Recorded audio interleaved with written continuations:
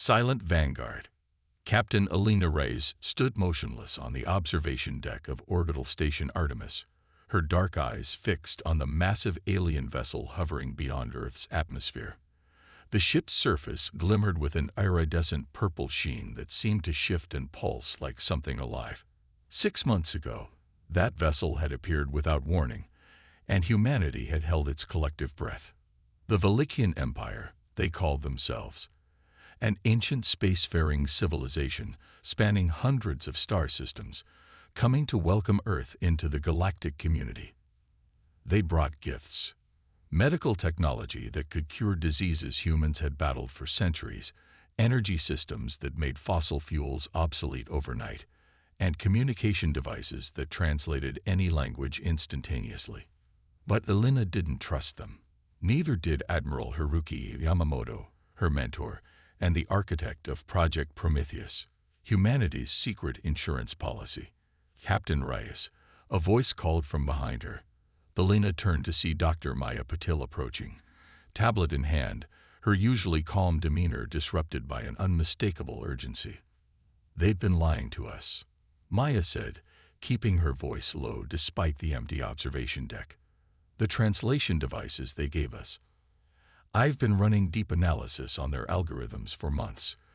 They're not just translating, they're cataloging our languages, mapping our communication networks, and gathering data on population centers." Alina's jaw tightened. "Show me." Maya handed over the tablet.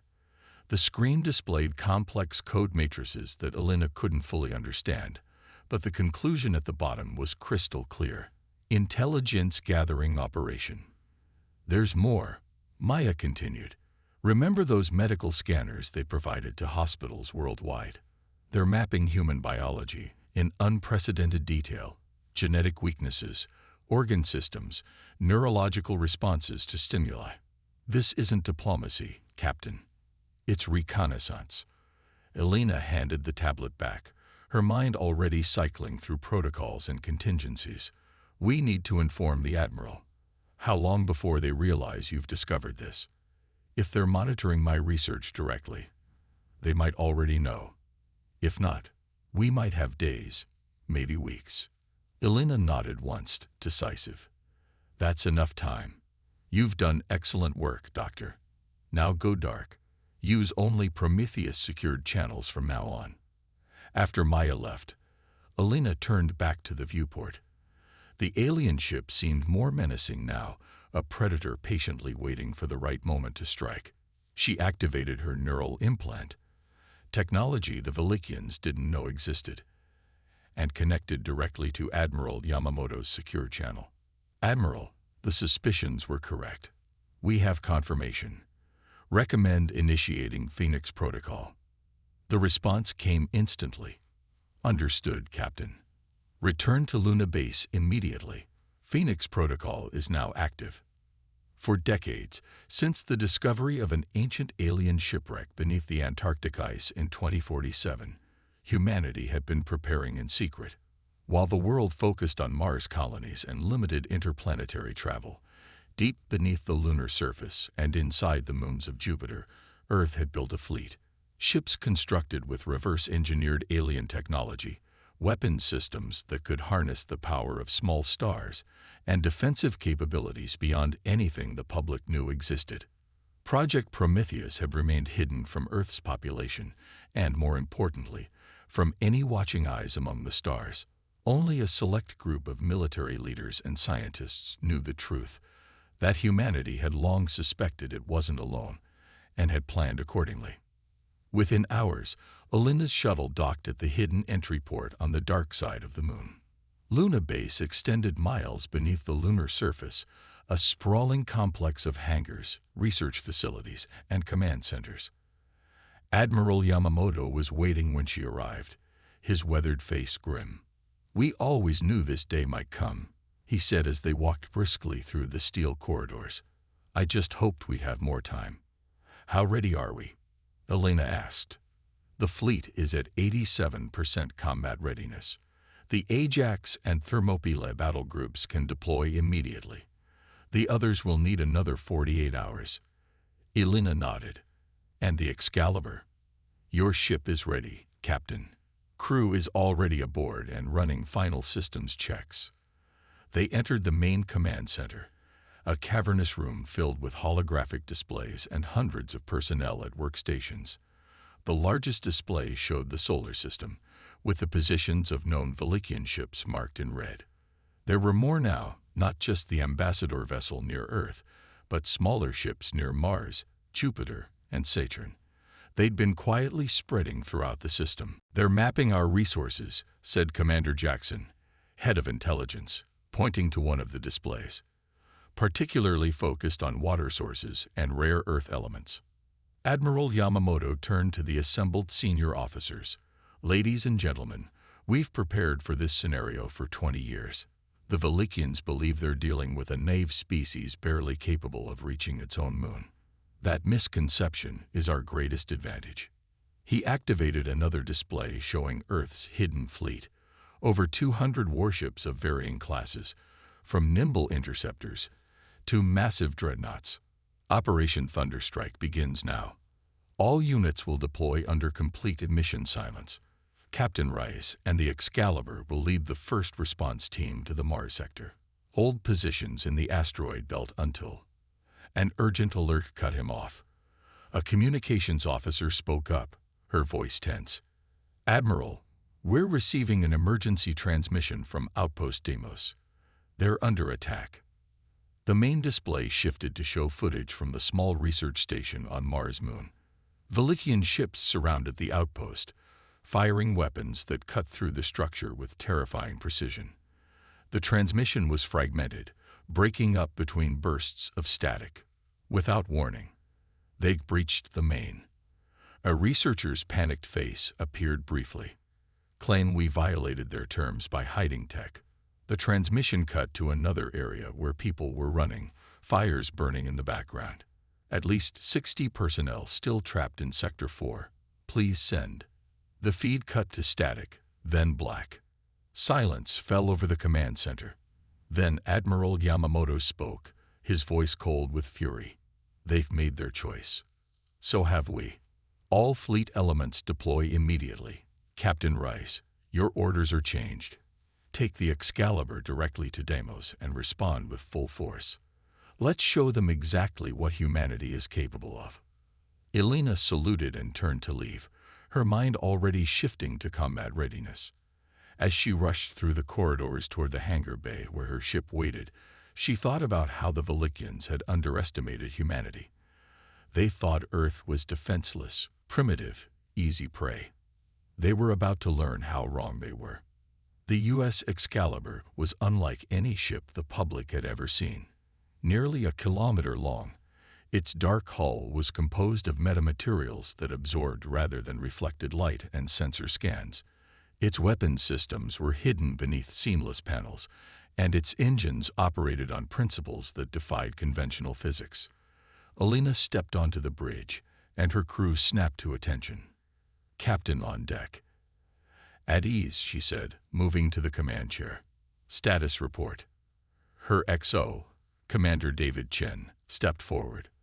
"All systems operational, Captain. Crew is at battle stations. Quantum drive is spooled and ready for jump. Communications officer, shipwide please." The young officer nodded, and Elena addressed her crew of 300, the best Earth had to offer. "This is Captain Reyes. For years we've trained for this day. The Velikians came to our system claiming peace while preparing for conquest. They've attacked our outpost on Deimos and killed our people. Now they'll learn why that was a mistake." She paused, looking around at the determined faces of her bridge crew. "Humanity has been silent, but our silence ends today. Our warships will speak for us. Navigation, set course for Deimos.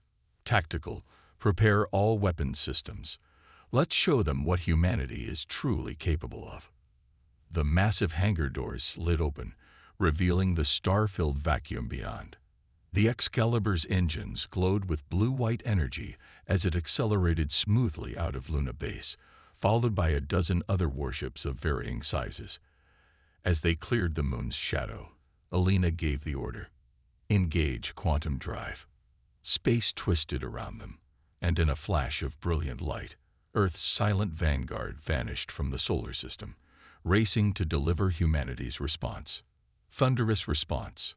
The Velikian commander Drexval stood triumphant on the bridge of his flagship, the Eternal Dominion.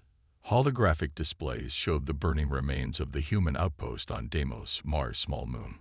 His scaled skin glittered in the dim light as he turned to his second-in-command.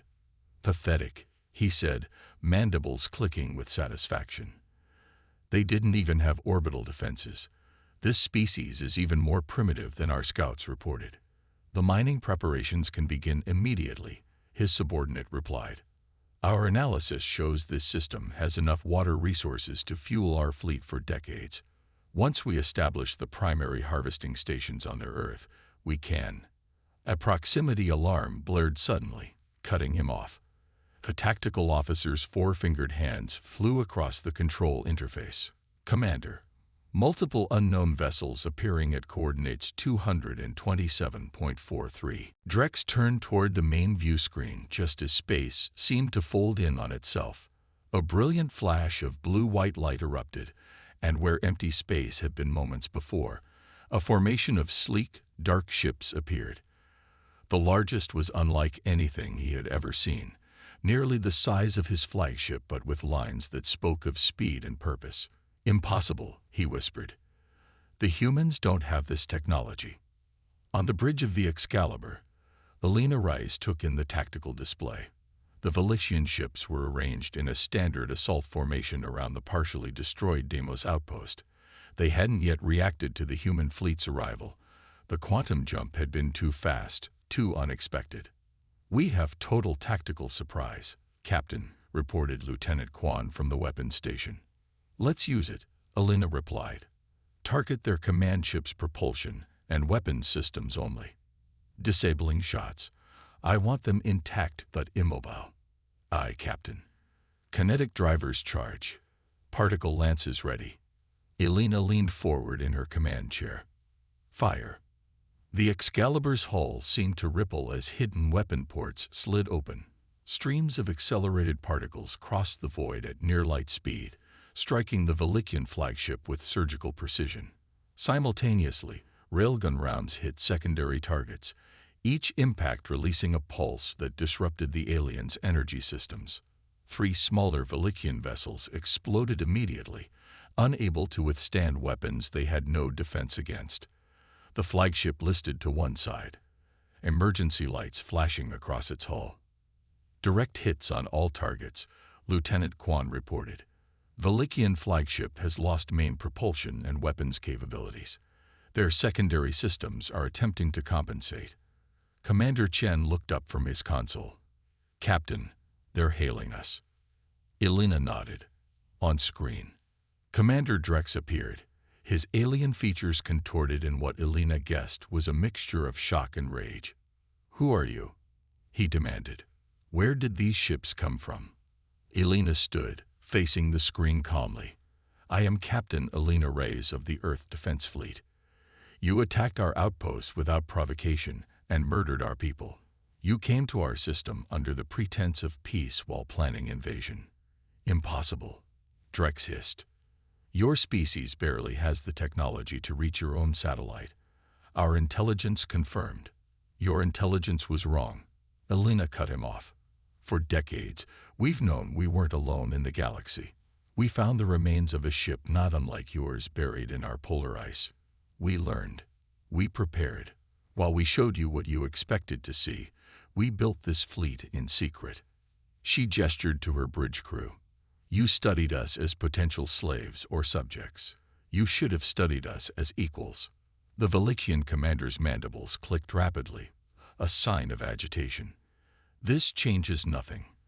The Velikian Empire spans hundreds of star systems. The ships you see are merely a scouting force. When our main fleet arrives..." A new voice cut in as Admiral Yamamoto joined the transmission from his flagship. "Your main fleet won't be arriving, Commander Drex. While Captain Rice engaged your forces here, our ships deployed jump interdiction fields at the entry points to this system. Additionally, we've sent battle groups to your nearest outposts at Proxima Centauri and Tau Ceti. They will be delivering the same message we're delivering to you. The alien commander's confidence visibly faltered. What message? That humanity is not to be trifled with, the admiral said simply. That we value peace but are prepared for war. That this system and its resources are not for taking. Elena stepped forward again. We're transmitting terms for your immediate withdrawal from this system. You have 1 hour to comply before we destroy what remains of your fleet. Any future diplomatic relations will be conducted on equal footing or not at all. The transmission cut off, showing Drex's stunned face frozen in the final frame. The next hour passed in tense silence. The Velixian ships remained in position, occasionally attempting to restore their damaged systems. Elena used the time to coordinate rescue operations for the Deimos outpost survivors and to position her fleet for maximum tactical advantage should hostilities resume. With 10 minutes remaining in the ultimatum, Commander Chen looked up from his console. Captain, the Velixian flagship is hailing us again. Elena nodded. On screen, Commander Drex appeared, his demeanor markedly different. The arrogance was gone, replaced by a cautious respect. Captain Rice, we have reviewed your terms. The Velixian Empire acknowledges that we have misjudged the human species.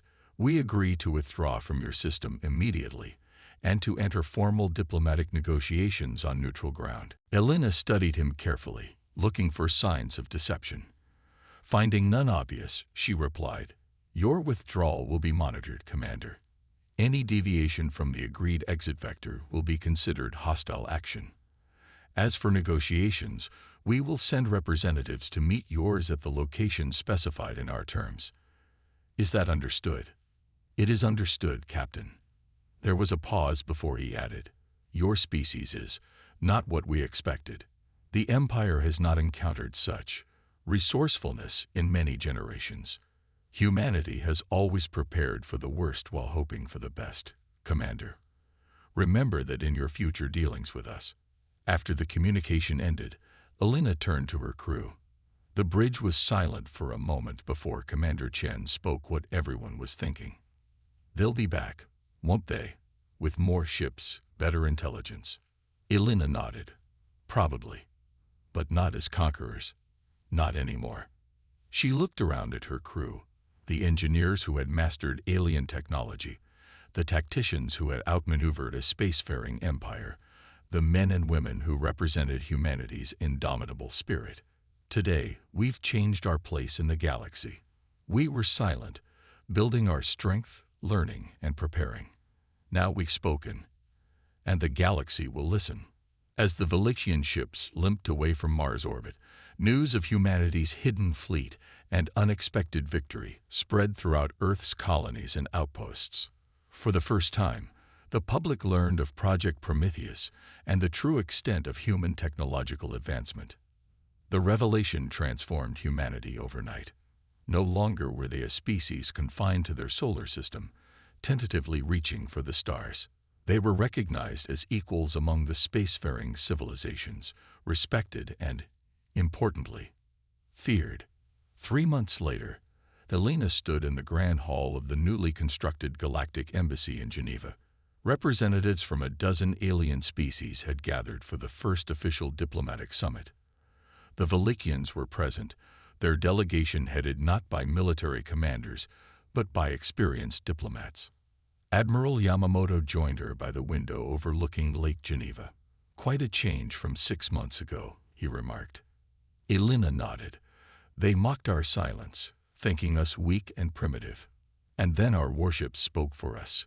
The admiral finished with a small smile, loudly and clearly enough that the entire galaxy heard.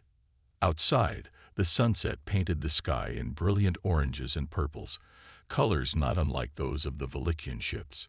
But now, those ships came not as conquerors, but as equals, a status earned not just through humanity's hidden strength, but through their foresight, their patience, and their unwavering determination to protect their home among the stars.